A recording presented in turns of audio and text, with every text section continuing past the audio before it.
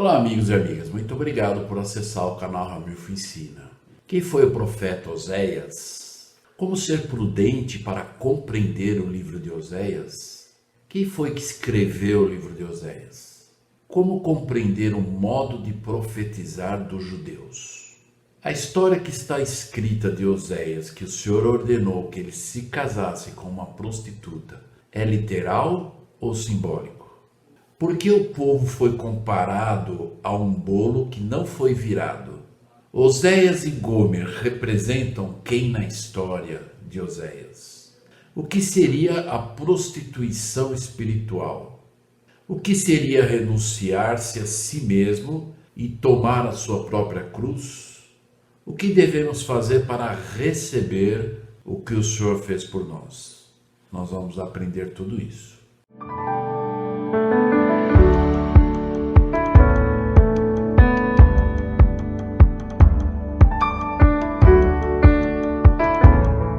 Olá, amigos e amigas, muito obrigado por acessar o canal Ramilfo Ensina.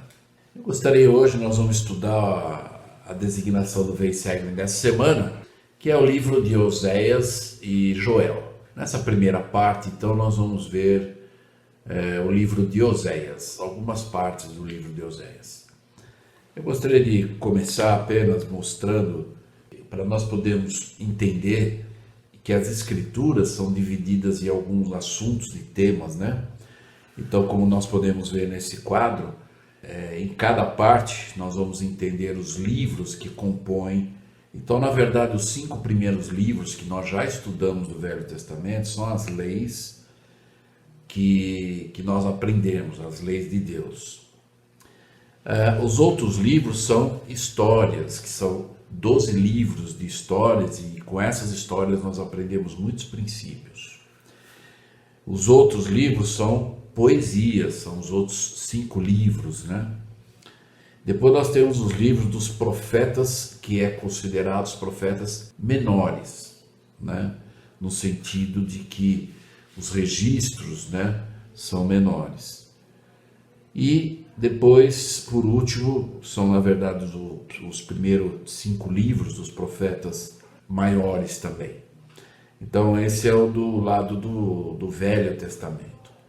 E depois, no Novo Testamento, nós temos as biografias, nós temos as histórias também, nós temos as cartas, né, que são conhecidas como, na verdade, as cartas paulinas, né, do apóstolo Paulo. Depois nós temos aqui que são cartas, né, gerais, né, de vários apóstolos, e o último livro, Apocalipse, que são, na verdade, profecias dos últimos dias. Então ele é dividido mais ou menos dessa forma, a Bíblia toda. Então hoje nós vamos estar estudando a designação dessa semana, que cabe na última estante da parte do lado esquerdo do Velho Testamento, os 2 primeiros livros, Joel e Oséias, que são considerados os livros menores. E não deixa de ser mais importante o que o profeta Oséias ensina. Embora existe muito, na verdade, simbolismos no que está sendo ensinado. E é o que nós temos que prestar atenção para não termos a compreensão equivocada. Então, o próprio Senhor diz: quem é sábio para que entenda essas coisas? Quem é prudente para que as realmente saiba, né? Então isso ele falou aqui no próprio livro de Oséias, porque ele mesmo disse: porque os caminhos do Senhor são retos e justos, e os justos andarão neles, mas os transgressores cairão neles. Então nós podemos observar que Oséias, através do profeta, né, na verdade o Senhor, através do profeta, ele está nos ensinando e nos alertando. Muitas das coisas que Oséias está ensinando no livro de Oséias, que nós vamos ver aqui, são 14 capítulos, nós vamos ver que existem muitos simbolismos, então é um cuidado que nós temos que ter. Eu até na verdade, gostaria de convidá-los, aqueles que ainda não assistiram, um dos primeiros vídeos que eu explico sobre como interpretar a Bíblia, ou como ter a compreensão apropriada ao estudar a Bíblia. Essas duas perguntas que nós vimos aqui no início, que o senhor falou, está no último versículo do capítulo 14, ou seja, o profeta Oséias encerrou o livro dele com essas duas perguntas, né? Então lá no versículo 9, Oséias 14, 9, ele fala: quem é sábio para que entenda essas coisas? E quem é prudente para que as saiba? Então é algo que nós temos que estudar com muito cuidado, buscando realmente as explicações nas referências, no rodapé, para nós podermos entender. E aí então ele encerra dizendo: porque os caminhos do Senhor são retos, e os justos andarão neles, mas os transgressores cairão neles. De uma certa forma é o resumo do livro de Oséias. Nós vamos entender aqui que a introdução desse livro nos informa que Oséias era filho de Beeri, do qual infelizmente não sabemos nada. Seu nome hebraico significa ajuda, livramento e salvação, sendo derivado da mesma raiz de Josué e Jesus. Então esse é quem foi Oséias, né? Provavelmente, de acordo com alguns estudiosos, né, de confiança, eles dizem o seguinte: não estaremos longe da verdade, situando, portanto, o ministério de Oséias por volta de 755 a 725 a.C. Foi, pois, contemporâneo de três grandes profetas, Isaías, Amós e Miqueias, que também nós vamos estudar, né? Já vimos o livro de Isaías e agora vamos estudar posteriormente Amós e Miqueias também. Quem foi que escreveu o livro de Oséias? O profeta Oséias foi chamado por Deus para ministrar ao reino do norte de Israel, por volta de 755 a 710 a.C. Um ministério que durou o reinado dos últimos 7 reis de Israel, que antecederam a invasão assíria e a destruição do reino do norte, em mais ou menos 722 a.C. Historicamente, Oséias teria sido contemporâneo mais jovem do profeta Amós e ministrou na mesma época de Isaías e de Miqueias, que trabalhavam arduamente ministrando o reino do sul em Judá. Como podemos notar que o autor do livro de Oséias é o próprio profeta Oséias. Então, o próprio profeta registrou essas escrituras, e o qual nós vamos aprender algumas coisas aqui, para nós podermos ter a visão correta do que o profeta Oséias pretendeu nos ensinar. Então lá em 2 Nef, né, assim como o Nef explicou, em 2 Nef 25:1, ele estava falando em referência aos judeus, e também nessa época que era mais ou menos o período em que se encontravam os ensinamentos de Oséias. E então ele diz que cabe muito bem ao livro de Oséias. Para muitos de meu povo eram de difícil compreensão, porque não conhecem o modo de profetizar dos judeus. Então vamos lembrar que o Velho Testamento, como eu disse no início de muitos vídeos, de uma certa forma ele dá uma floreada a mais em alguns aspectos do que o Novo Testamento. Então nós podemos ver que a doutrina não muda, mas a maneira que foi ensinada, às vezes tem muito mais, na verdade, simbolismos no Velho Testamento do que comparado ao Novo. O mesmo se aplica ao livro inteiro do profeta Oséias, porque ele, como Isaías, faz uso frequente de metáforas e de simbolismos. E é isso que nós temos que entender, né? Então, esse é o manual do Instituto nos explica. E Oséias 1, capítulo 1, versículo 2 e 3, é algo que nós precisamos fazer uma pergunta. Então vamos ler primeiro o versículo, o 2 e o 3. Então ele diz assim: o princípio da palavra do Senhor por Oséias disse, pois o Senhor a Oséias: vai e toma uma mulher de prostituições e filhos de prostituições, porque a terra certamente se prostitui, desviando-se do Senhor. E foi e tomou Gomer, a mulher, né, que na verdade chamava-se Gomer, filha de Diblaim, e ela concebeu e lhe deu um filho. Então, na verdade, ele teve 3 filhos com a Gomer, que é os Jezreel, aí depois teve uma filha chamada Loruama e mais um filho, o Loame. Mas a pergunta aqui, que talvez ao ler esses 2 versículos, que nós precisamos fazer: Osés recebeu ordem de realmente desposar uma prostituta? Então, que nós possamos ter a compreensão disso, né?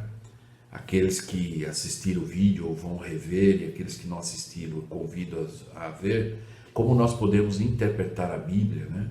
Ou como nós podemos ter a compreensão sem equívocos, né? E eu explico algumas coisas. Então, estes versículos, para nós podermos entender se essa é uma pergunta, na verdade, com a resposta literal ou simbólica, diz: estes versículos suscitam algumas questões difíceis, principalmente para os santos dos últimos dias. Então aqui a gente pode fazer 2 perguntas, né? Será mesmo que Deus ordenaria a um de seus servos tomar uma mulher imoral como esposa, simplesmente para simbolizar o seu relacionamento com Israel? Então nós vamos ver que, na verdade, o livro de Isaías, ele fala do casamento de Oséias com a Gomer, e faz, na verdade, um simbolismo com o casamento, né, que nós já conhecemos. Nós vamos ver na verdade, para frente, e entender que Jesus Cristo representa o noivo e o Israel é a noiva, né? Então, é essa a visão, né, que essa história simbólica e não literal. Outra pergunta é: ou este mandamento deve ser interpretado meramente em sentido simbólico? Então, as interpretações enquadram-se em 5 categorias genéricas. Então, nós vamos aprender, ou nós vamos, na verdade, é uma visão que nós precisamos ter. E tem, na verdade, 5 categorias que nós podemos analisar, né, e pensar a respeito. A primeira: Deus realmente mandou que Osés desposasse uma prostituta? Os eruditas que defendem esse ponto de vista acham que tal casamento serviria de lição prática para chamar a atenção de Israel ao seu estado devasso, que é o que eu falei, é uma comparação, né, de uma situação em que Israel, quando diz, e nós vamos ver um pouco adiante, o que é dizer, na verdade, prostituição espiritual. Algo, na verdade, prostituição é retirar a virtude de uma verdade, a virtude de algo bom, né? Então, quando alguém na verdade, prostitui, não só literalmente no sentido que o mundo conhece, mas espiritualmente, é alguém que retira a verdade, ele prostitui. Por isso que em Apocalipse, algumas outras escrituras falam da mãe, se referindo às igrejas, né? Algumas igrejas que não são reconhecidas, as igrejas de Deus, e na verdade os próprios profetas chamam de a igreja a grande prostituta, né? Assim, no sentido de que tira a verdade completa. Por isso, mais uma vez, é uma evidência da importância do livro de Mórmon, né? Que é algo que nós podemos realmente compreender a verdade. A gente sabe, o próprio livro de Mórmon ensina que muitas verdades foram retiradas da Bíblia. Se essas verdades, essas partes da Bíblia que foram retiradas estivessem na Bíblia, talvez não houvesse tanta confusão em relação às coisas de Deus. Então, aqui, na verdade, num estudo de um homem chamado Sperry, externa a rejeição sude dessa tese. Qual é a tese? Que alguns defendem que essa história que está escrita no livro de Osés é literal. E para nós, membros da igreja, né, não podemos acreditar que é literal. Por quê? Quando afirma enfaticamente que seria imputar a Deus uma ordem inconsistente com o seu santo caráter, de mandar um profeta se casar com uma prostituta só para simbolizar ou mostrar qual era a situação que a Gomer, que era a esposa do Osés, representa Israel, né? E Oséias representa o Senhor. Então, nesse casamento, né, ou seja, que o povo de Israel, na verdade, se afastou, ou, na verdade, se prostituiu, adorando ídolos e não a um Deus vivo. Então, essa é a representação do casamento de Oséias, simbolicamente. Mas Deus não mandou ele se casar com a Gomer. Embora a esposa dele, diz aqui que ela se ajuntou com pessoas que adoravam ídolos, né? Então houve, na verdade, um afastamento espiritual da Gomer, mas não no sentido, conforme a Escritura, literalmente, não foi dessa forma. A segunda importante explicação em referência a isso é o seguinte: a experiência vivida por Oséias foi apenas uma visão ou um sonho. Não houve casamento nem prostituta. Apenas a solicitação de Oséias para aceitar o fardo de ser o profeta marido da imoral Israel Gomer.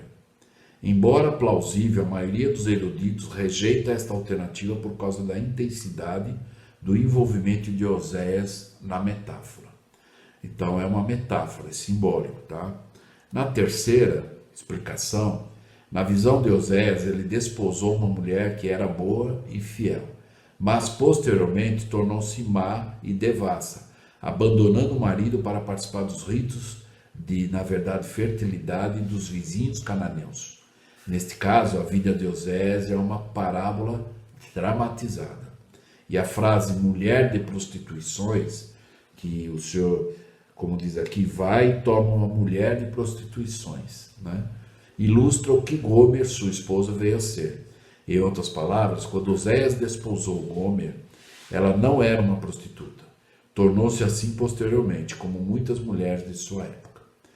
Os estudiosos que defendem esse ponto de vista explicam que mais tarde na vida, lembrando-se Oséias de suas experiências e sofrimentos, e tudo que deles aprenderam, ilustra seus ensinamentos com incidentes, né, da própria vida. A única dificuldade nessa interpretação é que Deus manda Oséias tomar uma mulher de prostituições. Se Gomer de fato era fiel e pura na época do casamento, esta seria uma forma bem estranha de descrevê-la. E com certeza o Senhor não mandaria um profeta que representaria o Senhor nos ensinamentos para o povo todo de Israel em relação a esse episódio. A quarta explicação é uma variante da interpretação do número 3, que é, apesar de não ser realmente prostituta, Gomer seria uma adepta de Baal, que eram os adoradores de ídolos, portanto era culpada de prostituição espiritual. Mas mesmo assim parece estranho Deus mandar um profeta desposar uma mulher descrente. Então, simbolicamente, se descreveu esse casamento do Oséias com a Gomer, representando, ensinando a Israel: olha, vocês representam a Gomer e eu represento o Senhor. E a mensagem do Senhor é essa: vocês estão se prostituindo espiritualmente, ou seja, se afastando de Deus, tirando a verdade, tirando aquilo que Deus proporcionou, aquilo que Deus oferece, nós estamos recusando receber e seguir o caminho mais largo, né, que é o caminho diabólico. Então, essa frase prostituição espiritual é nesse sentido. É as pessoas que fazem as escolhas um caminho diferente do que o Senhor está oferecendo, já está ao nosso dispor. Nós é que temos que agora decidir receber isso tudo que Deus proporciona para nós. E a quinta última explicação, o irmão Keil e o irmão Delitz defendem a mesma opinião, mostrando que a interpretação literal faria de Deus um ser contraditório. Então, se fosse literal a história de que Deus mandou Oséias casar com uma mulher prostituta, isso faria algo contraditório. Por quê? Pois há uma diferença essencial entre uma representação meramente simbólica ou acontecimento real. A instrução ao profeta de ilustrar um pecado de modo simbólico, com o fim de incutir no coração do seu povo o seu caráter abominável e o castigo que merecia, não é consistente com a santidade de Deus, enquanto o mandamento de cometer um pecado se-lo-ia. Deus, o Santíssimo, não pode abolir as leis morais ou ordenar alguma coisa realmente imoral sem contradizer-se ou negar sua própria natureza. Então nós temos que entender dessa forma, porque aqueles que leram o livro de Oséias, ou essa representação, na verdade simbólica, diz que a esposa, simbolicamente, que a esposa de Gomer, ela se casou, ela se prostituiu, e depois o Oséias perdoou ela, e ela voltou ao lado de Oséias, representando que Deus está de braços abertos. Mesmo para aqueles que atualmente estão se prostituindo espiritualmente, né, afastados de Deus, seguindo ídolos, adorando imagens e etc. Então, lembrando que alguns vídeos, logo os primeiros vídeos que nós estudamos no Velho Testamento, tem uma aula lá sobre o mandamento não farás para ti imagem de escultura. Aqueles que não assistiram, eu convido a assistir para poder entender como era o povo, né? Então, o povo se afastou de um Deus verdadeiro, um Deus que fala, que ouve, que come, que cheira, para adorar ídolos de pedra, de madeira, imagem, etc. E essa mensagem de que a esposa do Oséias, que ele perdoou e ela se arrependeu e voltou, é exatamente o que o Senhor está dizendo. Olha, mesmo vocês se afastando de mim, estou de braços abertos, se vocês se arrependerem e retornar a mim. Então, se nós formos ler a história aqui, nós vamos ver que isso aconteceu. Então, simbolicamente, Oséias contou essa história como se fosse a vida pessoal dele, para simbolizar ao povo de Israel: olha, vocês estão num caminho errado, mas se vocês se arrependerem, o Senhor vai recebê-los, né, de braços abertos. Então essa é a mensagem. Continuando, Sperry nota um outro problema suscitado por uma interpretação literal. Então, se fosse interpretar literalmente de que Deus mandou Oséias casar com uma mulher prostituta, aí vai ter esse problema. Ademais, se Oséias casasse com uma mulher de passado questionável, ficaria impossibilitado de pregar ao povo e exercer suas imoralidades, né, sexuais. Eles poderiam, nesse caso, apontar-lhe o dedo acusador e dizer: és culpado quanto nós, deixa de querer pregar para nós. Então, se literalmente isso acontecesse, imagine, ele fosse lá e ele dissesse o povo se arrepender da prostituição, dos pecados e tudo, e ele disse: você é tão culpado quanto nós, então você não pode ser a pessoa para nos ensinar, você não é o exemplo disso, né? Daquilo que você está nos convidando a seguir. Então, é mais uma evidência de que essa história é simbólica e não literal.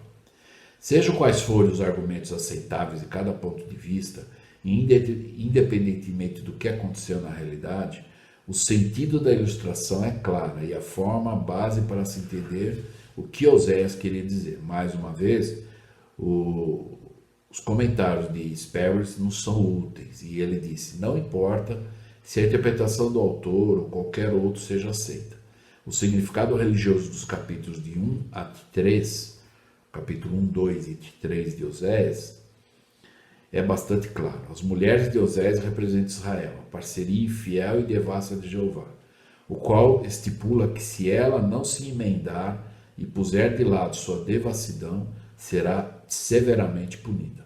Por seus pecados hediondos, ela será repreendida e punida, aprendendo assim pela amarga experiência que seu esposo significa mais para ela do que supunha a princípio, né? Que aí quando ela volta, o que na história diz, ela foi se prostituir, depois se arrependeu e voltou. Então ela viu que era de maior valor o marido do que a vida que foi escolhida, né? O afeto inabalável de Jeová por Israel, a despeito de sua indignidade, é ilustrado por suas tentativas de reconquistá-la. Então é isso que Oséias estava ensinando. Em relação ao pecado, nos capítulos de 4 a 7, vemos como um Deus santo sofre ao ver com desagrado a transgressão do povo de Israel. O pecado é intolerável na presença de sua augusta santidade. O pecado suga toda a seiva vital, físico, mental e espiritual, deixando só a casca.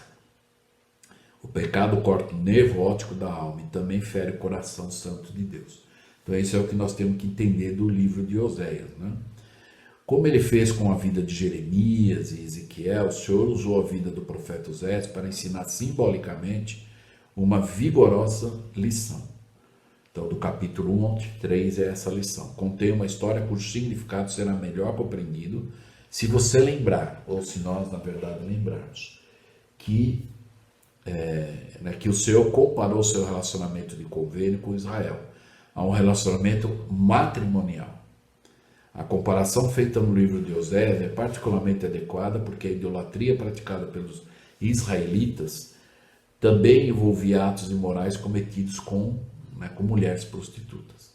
Se você procurar o significado de alguns nomes, palavras e frases dessa história, poderá compreender melhor a mensagem. Então volto a repetir e convidar aqueles que não viram, os que já viram, rever. Uma das primeiras aulas intitulada Como Interpretar a Bíblia. Então são alguns passos para nós tomarmos cuidado, termos bom senso no momento que nós lemos, para nós podermos buscar entender, é literal ou é simbólico? Nesse caso do Oséias, mais uma vez, como nós vamos ver algumas outras escrituras que eu citei nesse vídeo, que são na verdade simbólicos e não literais. Por exemplo, que a mulher de Ló virou pedra de sal. Então não é literal, é simbólico. Então tem várias partes da história do Velho Testamento e muitas coisas, quase que a maioria, é simbólico. E em sua leitura, coloque-se no lugar de Oséias. Imagine o que seria necessário para fazer o que ele fez. Você também pode imaginar o que estaria pensando se fosse Gomer, a esposa. Lembre-se que Oséias representa o Senhor e Gomer representa Israel. Então, lendo aqui o livro de Oséias, na sua mente, quando se refere a Oséias, ele representa o Senhor de braços abertos para receber Israel, que a esposa Gomer representa. Ok? Uma das coisas que nós temos que entender, e nós realmente sabemos, Deus está comprometido com o bem de seu povo. O chamado de Oséias não era para os fracos de coração, mas, novamente, nenhum chamado a serviço do Rei dos Reis é. Jesus deixou bem claro o custo do discipulado, advertindo seus discípulos e futuros seguidores. Se alguém quiser vir após mim, renuncie a si mesmo, tome a sua cruz e siga-me. Eu até gostaria aqui de fazer um parênteses, e nós podemos ler essa parte da Escritura, mas nós vamos ler a tradução, Mateus 16, 24 a 26, nós temos a tradução do profeta Joseph Smith, lá no final da Bíblia, que é Mateus 16, do 25 a 29. E vamos observar exatamente o que o profeta José Smith está nos explicando em relação a que Deus está comprometido com o nosso bem. Então, de forma nenhuma, ele iria, na verdade, pedir, principalmente para um profeta, fazer algo errado, imoral, para poder explicar uma doutrina, um princípio, ou chamar o povo ao arrependimento. Por isso que o livro de Oséias, essa história, é simbólica. Então, lá em Mateus, na tradução do profeta Joseph, logo no cabeçalho, ele diz lá, Jesus explica o que significa tomar sobre si sua cruz, conforme ele diz para cada um de nós fazermos. Negar-se a toda iniquidade e a toda concupiscência mundana e guardar os seus mandamentos. Então, do versículo 25 a 29, ele nos ensina o seguinte. Então disse Jesus aos seus discípulos, se alguém quiser vir após mim, renuncie-se a si mesmo, tome sobre si sua cruz e siga-me. No 26 ele diz, e eis que tomar um homem a sua cruz significa negar-se a toda iniquidade. Então era impossível que o Senhor ia dizer para Oséias fazer uma iniquidade apenas por uma representação, E a toda concupiscência mundana e guardar os meus mandamentos. No 27 ele diz, não quebreis os meus mandamentos para salvar a vossa vida, porque aquele que quiser salvar a sua vida, neste mundo perdê-la-á, no mundo vindouro. Então, se alguém tentar na verdade, mais, né, estiver mais preocupado em salvar a sua vida, ao invés de fazer a vontade, né, de Deus, vai ser mais difícil ele salvar, porque ele mesmo não consegue fazer isso por si mesmo. No 28, quem perder a sua vida neste mundo por causa de mim, achá-la no mundo vindouro. Isso quer dizer que nós temos que perseverar até o fim nos convênios que nós temos com Deus. Isso é perder a vida em Cristo. Aquele que morre em Cristo, morre feliz. 29, portanto, renunciai ao mundo e salvai a vossa alma. Então, no 29, como ele diz, renunciar, qual é a única maneira de renunciar ao mundo? Vivendo num mundo cheio de iniquidade. É viver acima da média do mundo. Nós vimos na aula passada a experiência do profeta Daniel. Quem não assistiu ainda, assista a aula passada, onde eu explico 4 características da vida de Daniel, onde ele nos dá um exemplo de que é possível você viver nesse mundo sem ser do mundo. Ou seja, é viver acima da média. É não responder, eu vivo ou estou igual ou estou na média do mundo. E não é isso que Deus espera de nós. Por isso que nós temos que melhorar linha sobre linha, cada dia ser melhor. Isso é viver acima da média.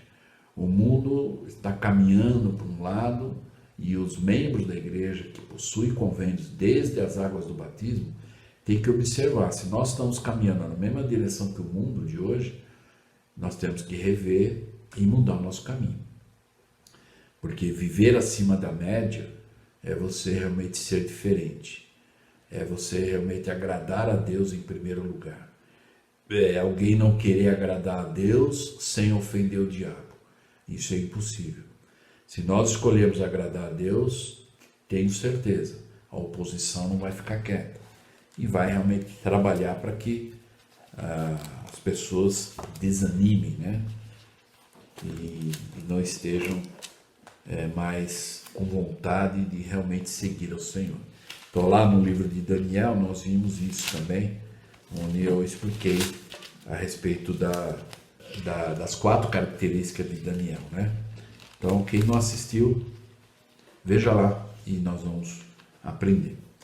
Então, nesse versículo onde o Senhor fala tomar a cruz, como que nós vimos na versão do profeta Joseph Smith, e no entanto, como o apóstolo Paulo escreveu mais tarde também em Romanos 8, e sabemos que todas as coisas contribuem juntamente para o bem daqueles que amam a Deus, daqueles que são chamados segundo o seu propósito. Então, no caso do Oséias aqui, nós estamos vendo que é algo, na verdade, simbólico, né? Então, para nós podermos encerrar e realmente entender a importância dos ensinamentos do Oséias, apesar que se nós formos ler só as palavras que estão aqui e não usarmos o bom senso na compreensão, não buscarmos realmente ver que Deus não poderia, né, dizer para Oséias quebrar um mandamento imoral, né, para poder então apenas dar um sentido na história ou um ensinamento doutrinário. Então hoje é o tempo de voltar para Deus, nós todos, né? Então nós temos que lembrar do juízo, né, o juízo final. Um Deus santo e justo deve impor castigos severos. Do capítulo 8 ao 10, o amor desprezado clamava por juízo. A violação intencional dos votos da aliança torna o castigo inevitável. Desse modo, de forma severa, Oséias diz ao povo de Israel que o povo de Israel colheria tormentas por causa de sua infidelidade sem precedentes. O juízo da nação era obrigatório e inevitável. Então, como vocês viram, o próprio título dessa aula, eu escolhi colocar sobre a fidelidade no casamento. Tanto o casamento que é casado, né, legalmente e legitimamente casado, e espiritualmente, casados com Deus, casado no convênio, né? Porque Deus representa o noivo e nós somos a noiva, né, do convênio. E quando o Senhor vier, isso tudo vai ser selado e concretizado. E nós temos que ser fiéis, né? Depois, a outra parte esse é na verdade o melhor e o maior tempo nesse momento de voltar a Deus. E outra parte é o amor, que o amor e a graça surpreendentes Oséias anuncia. Como te deixaria, ó Efraim? Seu amor passado, presente e futuro é totalmente descrito. Como Deus de amor, ele providenciará a restauração, cura, perdão e salvação total. Infalível em seu amor, apesar da traição da esposa, representando simbolicamente aqui. Que alguns poderiam dizer, bom, se eu fosse ler literalmente o Novo Testamento, onde diz que Cristo é a noiva, ele é o noivo e a noiva, e que a noiva traiu, e que a noiva tem que se arrepender, nós vamos imaginar, o próprio Jesus Cristo está numa situação aqui difícil, né? Mas é simbolicamente, por isso que nós temos que entender, compreender, como nós vimos no início, como é que eu posso fazer para compreender, usando o bom senso, quando uma escritura é literal ou simbólica. O amor vence e garante a vitória. Dos capítulos 11 e 14, em todos os fracassos de Israel, pode-se ouvir a melodia do amor do Senhor. Então aqui nós vimos aqui um resumo praticamente de todos os capítulos. Encerrando então, na história de Gomer, a esposa de Oséias na história, parece que os erros por ela cometidos, de alguma forma, a tornam escrava. Portanto, mesmo que Gomer, que representava Israel, quisesse retornar a Oséias, o Senhor, ela não era capaz de fazê-lo sozinha, né? O mesmo acontece com aqueles que estão em pecado. Por sua própria vontade, eles tornam-se incapazes de livrarem-se da escravidão e do pecado. De acordo com Oséias 3, versículo 2 e 5. O que Oséias fez por Gomer simboliza o que o Senhor faz para o seu povo. E aqui tem duas escrituras que reforçam isso, que é 1 Coríntios capítulo 6 e 1 Pedro 1. Representam o que Oséias fez por Gomer. Então, na verdade, quando alguém está em pecado, sozinho é difícil. Por isso que o Senhor já pagou pelos pecados do mundo todo. Ele sabe como nos resgatar, nos salvar e nos receber. Mas nós temos que aceitar, né, o que Ele já fez por nós e aprender como receber. Aí nós podemos fazer uma pergunta aqui. O que devemos fazer para aceitar o que o Senhor fez por nós? Então lá em Mosias 2, 21, 24, nós podemos aprender isso. Então, Mosias 2, a partir do versículo 21. Então diz o seguinte: digo-vos que se servirdes ao que vos criou desde o princípio, e vos está preservando dia a dia, dando-vos alento, para que possais viver, mover-vos e agir, segundo sua própria vontade, e até vos apoiando de momento a momento, digo-vos que, se o servirdes de toda a alma, ainda assim sereis servos inúteis. Esse, na verdade, servos inúteis, não é no sentido que os filhos de Deus não prestam para nada, porque a maior criação de Deus foi o homem e a mulher. Os servos inúteis, aí ele continua e nós vamos entender melhor. No versículo 22 ele diz: e eis que tudo que ele requer de vós é que guardeis seus mandamentos. E ele prometeu-vos que se guardasseis seus mandamentos, prosperaríeis na terra. Vamos lembrar aqui daquela regrinha? O se e o então. Então olha só aqui: se guardares os meus mandamentos, então prosperareis na terra. E ele nunca se desvia do que disse, ou seja, Deus não vai voltar atrás na sua palavra. Portanto, se guardardes meus mandamentos, ele vos abençoará e far-vos-á prosperar. Aqui nós encontramos também, só nesse versículo, aquela aula que nós falamos do quiasmo. O que é um quiasmo? Então, para quem não assistiu, procura lá a aula intitulada Quiasmos. Aqui nós encontramos, o quiasmo é, na verdade, um paralelismo invertido. Então, olha só nesse versículo, nós estamos aprendendo aqui, que ele falou: se guardasseis meus mandamentos, então prosperareis na terra. E aí ele diz, e ele nunca se desvia do que diz. Portanto, aí ele repete outra vez: se guardares meus mandamentos, ele vos abençoará e faz-vos-á prosperar. Então, faz-vos-á prosperar. No 23 e 24 é a chave, nós vamos entender por que o Senhor disse lá no 21 que mesmo que nós podemos, na verdade, servir de toda a alma a Deus, ainda vão ser considerados servos inúteis. Por quê? Ele diz lá no 23, ora, em primeiro lugar ele vos criou e concedeu-vos a vida pelo que lhes sois devedores. Em segundo lugar, ele requer que façais conforme vos ordenou. E aí, mais uma vez, ele usa aqui a regra. E se o fizerdes, então ele imediatamente vos abençoará.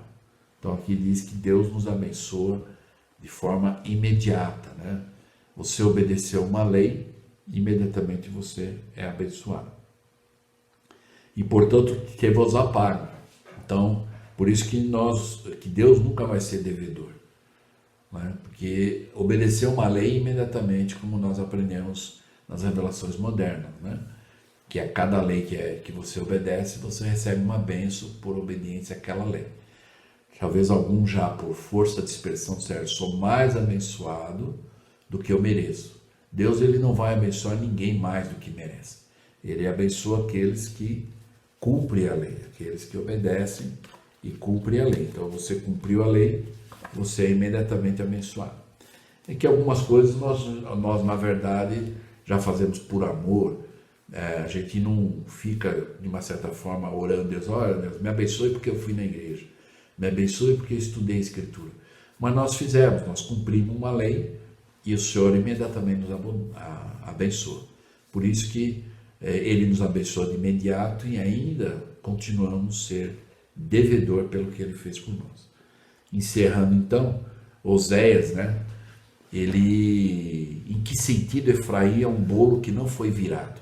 Né? Onde ele fala lá que Israel, o povo de Efraim, era representado como um bolo que não foi virado. Então quem faz bolo, quem é expert em fazer doces e bolos, sabe disso. Então, qual é a representação, na verdade, simbólica aqui? Como Efraim, o reino do norte, se mesclara com outros povos, cultuando seus ídolos e adotando seus costumes, ele cumprira apenas metade dos objetivos da conquista de Canaã. Em outras palavras, estava só meio assado, que não foi virado. Assim, Israel torna-se um bolo que não foi virado. Um bolo assado sobre cinzas ou pedras aquecidas ao rubro que, se não for virado, fica queimado no fundo e meio cru em cima. O sentido dessa passagem é explicado no versículo 9, lá de Oséias capítulo 7. Assim como o calor queima o bolo que não é virado, os estrangeiros assumiram a força de Israel, em parte com guerras devastadoras e em parte com a cultura pagã, que na verdade penetrou em Israel por meio de ídolos, né, no meio deles. E finalizando, um bolo que não foi virado significa que aprontou de um lado e ficou cru do outro, representando Israel de forma adequada, frio e indiferente em seu relacionamento com Deus, mas por demais ardoroso na busca de outros objetivos indesejáveis a Deus. Cãs representa os cabelos brancos, aponta as causas e sintomas da cadência, na verdade a decadência espiritual. Eles semeiam ventos e colhem tormentas. Ressalto que a desventura e a calamidade são consequências inevitáveis do pecado.